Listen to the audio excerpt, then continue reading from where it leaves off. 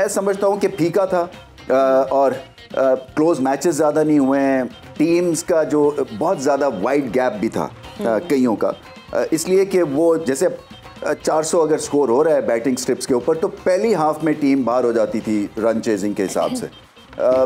तो मुझे उस लिहाज से from commentary point of view मैं आपको बताऊं कि बहुत कम ग्रेट मोमेंट्स थे इस वर्ल्ड कप में। जो पाकिस्तान ने 200 किया 400 के टोटल में, जो न्यूजीलैंड वो एक हाईलाइट था, फिर न्यूजीलैंड श्रीलंका का जो मैच था वो ठीक ठाक गया था, बट अदरवाइज जो है वो बाकी खासे वन साइडेड मैचेस। रमीज़ भाई, आपने क्रिकेट खेली भी है वर्ल्ड कप्स में, एज पार्टिसिपेट भी किया, एज अ प्लेयर भी, एज पीसीबी चेयरमैन भी, फिर आपने कवर भी किया इतने सारे वर्ल्ड कप को। सर, ये जो प्रेजेंट एडिशन है 2023 वर्ल्ड कप को, इसको आप कैसे रेट करते हैं पहले जितने भी वर्ल्ड कप्स हुए हैं in terms of quality of cricket, nail biters या ऑर्गेनाइजेशन या एडमिनिस्ट्रेशन, ये तमाम फैसेट्स में आगे जाके आप क्या समझते हैं कि क्रिकेट में, ओडीआई क्रिकेट में क्या बेहतरी आनी चाहिए ताकि इसी तरह ऑडियंस का इंटरेस्ट रिटेन रहे क्रिकेट में?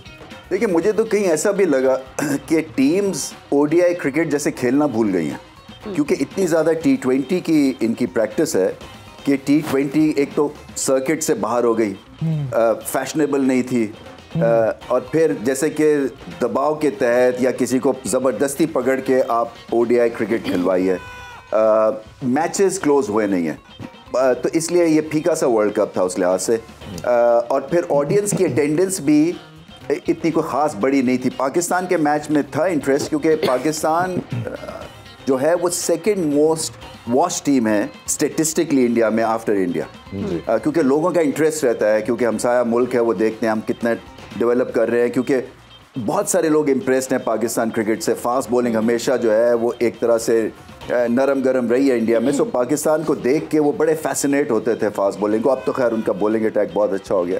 सो मैं समझता हूँ कि फीका था और क्लोज मैचेस ज़्यादा नहीं हुए हैं, टीम्स का जो बहुत ज़्यादा वाइड गैप भी था कईयों का, इसलिए कि वो जैसे 400 अगर स्कोर हो रहा है बैटिंग स्ट्रिप्स के ऊपर तो पहली हाफ में टीम बाहर हो जाती थी रन चेजिंग के हिसाब से।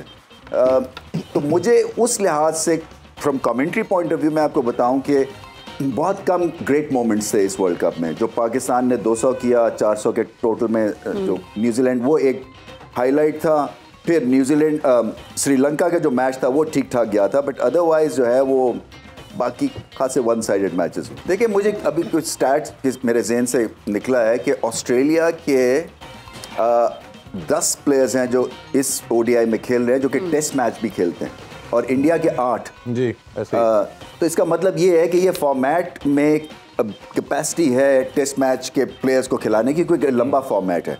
देखिए, ऑस्ट्रेलिया इंडिया के मैच में 2-3 मैं चीज़ें जल्दी से कर दूँ अगर टाइम है तो। जी। एक वही बात है, स्टेटिस्टिकल पंच अप आजकल जो है वो बड़े इंपॉर्टेंट हो गए, तो मेरे पास किसी ने जो हमारे स्टैट्स भिजवाते हैं वर्ल्ड कप में, सो उनकी तरफ से स्टैट्स बड़े इंटरेस्टिंग आए हैं। उनका एक स्टैट ये है कि जो मिचेल स्टार्क है उसने इस वर्ल्ड कप में नए बॉल पे सबसे ज़्यादा स्विंग किया जी, मगर उनके जो रिटर्न्स हैं कोई 5 या 6 विकेट 30 की एवरेज पे। गेंद आगे जो है इंडिया को बहुत कम लोग करते हैं, क्योंकि स्विंग के लिए गेंद आगे करना होता है, वो उठा के चौके छक्के मारने शुरू हो जाते हैं, तो फिर वो बैक ऑफ द लेग जब जाते हैं तो नए बॉल पे कदरतन बैटिंग आसान हो जाती है। अच्छा। तो एक तो इनको ये देखना है कि गेंद आगे स्विंग अगर इनको करना है तो फिर करना है, चांस लेना है, क्योंकि ऑस्ट्रेलिया के जीतने का एक ही तरीका है कि 3 या 4 विकेटें पहले 10 से 15 ओवर्स में ले लें। जी। दूसरा जो ऑस्ट्रेलिया को करना है कि जो वार्नर है और ट्रेविस हेड है इनको डीप खेलना है, एक को सेंचुरी लगाने, क्योंकि मिडिल ओवर्स में जब वो 2 लेफ्ट आर्मर्स आएंगे तो वो लेफ्ट हैंडर का एंगल आसान हो जाएगा जी। सो इनका रिकॉर्ड भी अच्छा है लेफ्ट आर्म स्पिन के अगेंस्ट दोनों का। जी। और फिर मैक्सवेल है, मैक्सवेल ऑन द डे जब चलेगा तो वो भी एक, तो 3 चीज़ें हैं जो मैं समझता हूँ कि इनको कॉन्सेंट्रेट करना पड़ेगा अगर इंडिया को हराना है स्टेटिस्टिकली। जी, हमने इस टूर्नामेंट में देखा है कि रोहित है और गिल है, बहुत ही अटैकिंग किस्म का, बॉम्बास्टिक किस्म का इंडिया को स्टार्ट देते हैं पावर प्ले ओवर्स में। आप ख्याल में जो स्टार्ट देते हैं वो इंडिया की बैटिंग लाइनअप के लिए कितना क्रूशल होता है, और ऑस्ट्रेलिया उसको काउंटर करने के लिए क्या स्ट्रैटेजी अडॉप्ट कर सकती है कि इस तरह का स्टार्ट इंडिया ना ले कि वो बहुत ही आगे, शुरू में गेम में बहुत आगे निकल जाए इंडिया?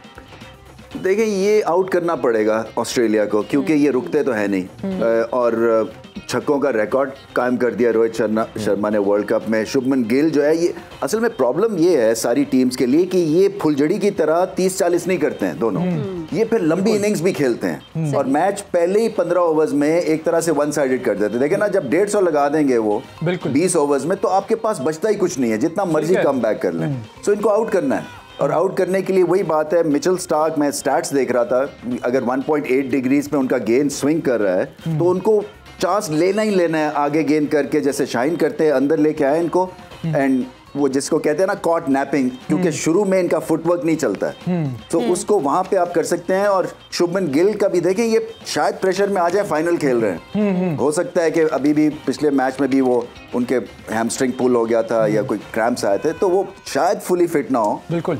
मगर मैं विराट कोहली का देख रहा था रिकॉर्ड अगेंस्ट ऑस्ट्रेलिया जी, मतलब है कोई 150 की एवरेज है इन फास्ट बॉलर्स के अगेंस्ट उनकी। इन तीनों, सिर्फ हेजलवुड ने उनको तंग किया, बाकी तो उन्होंने हमेशा फड़कास लगाई है। इसकी डायमेंशन की बात करें ना, आप तो फिजिकली देख के आए हैं, वो थोड़ा बड़ी है बाकी ग्राउंड की निस्बत, तो आपको लगता नहीं है कि जो पुल शॉट के ऊपर ये छक्के मारते हैं तो ये शॉर्ट बॉलिंग तो कराएंगे? हेजलवुड की बात करें, और अगर वो मिड विकेट पीछे लेते हैं फाइन लाइन के ऊपर रख के, तो ये अच्छी स्ट्रेटजी हो सकती है, क्योंकि अगर अब आपने शॉर्ट बॉल की, उन्होंने मारी, और ये उतनी डायमेंशन उतनी बड़ी नहीं है, आई गेस 70-75 प्लस की है।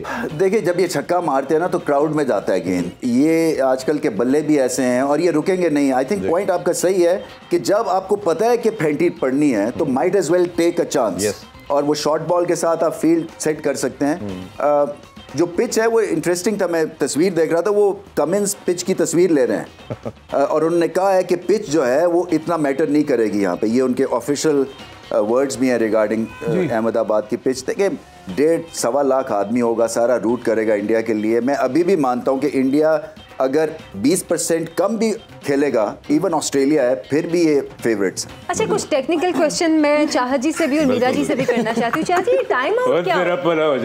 टाइम आउट नहीं, सॉरी, मैंने आपसे पूछना था, इस वो दूसरा एक सवाल पूछना था, आउट स्विंग, कवर ड्राइव, ये चीजें सारी टेक्निकल चीजें, नहीं, मैं सब टेक्निकल चीजें आपसे पूछना चाह रही थी क्योंकि मुझे नहीं पता, इसलिए हमें भी नहीं पता। तो कवर ड्राइव से स्टार्ट करते हैं, कवर ड्राइव से बताइए। सारी बात ये है कि जो इंग्लैंड ने क्रिकेट इन्वेंट की है, इस तरह से गलत है।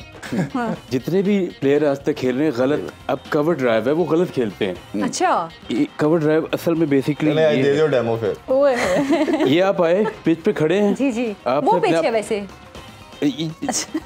या तो मैं कॉमेडी कर लेता हूँ या आप कर लें। वहां जाएंगे तो तकिया गिर जाएगा। हाँ जी, बहुत अच्छे, घर का भेदी लंका है जी।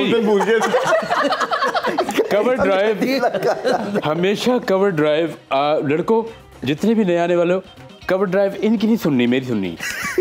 यू कवर करना है अपने आप को, एक हाथ स्टीयरिंग पे, एक गियर पे, ये ड्राइव करके चले।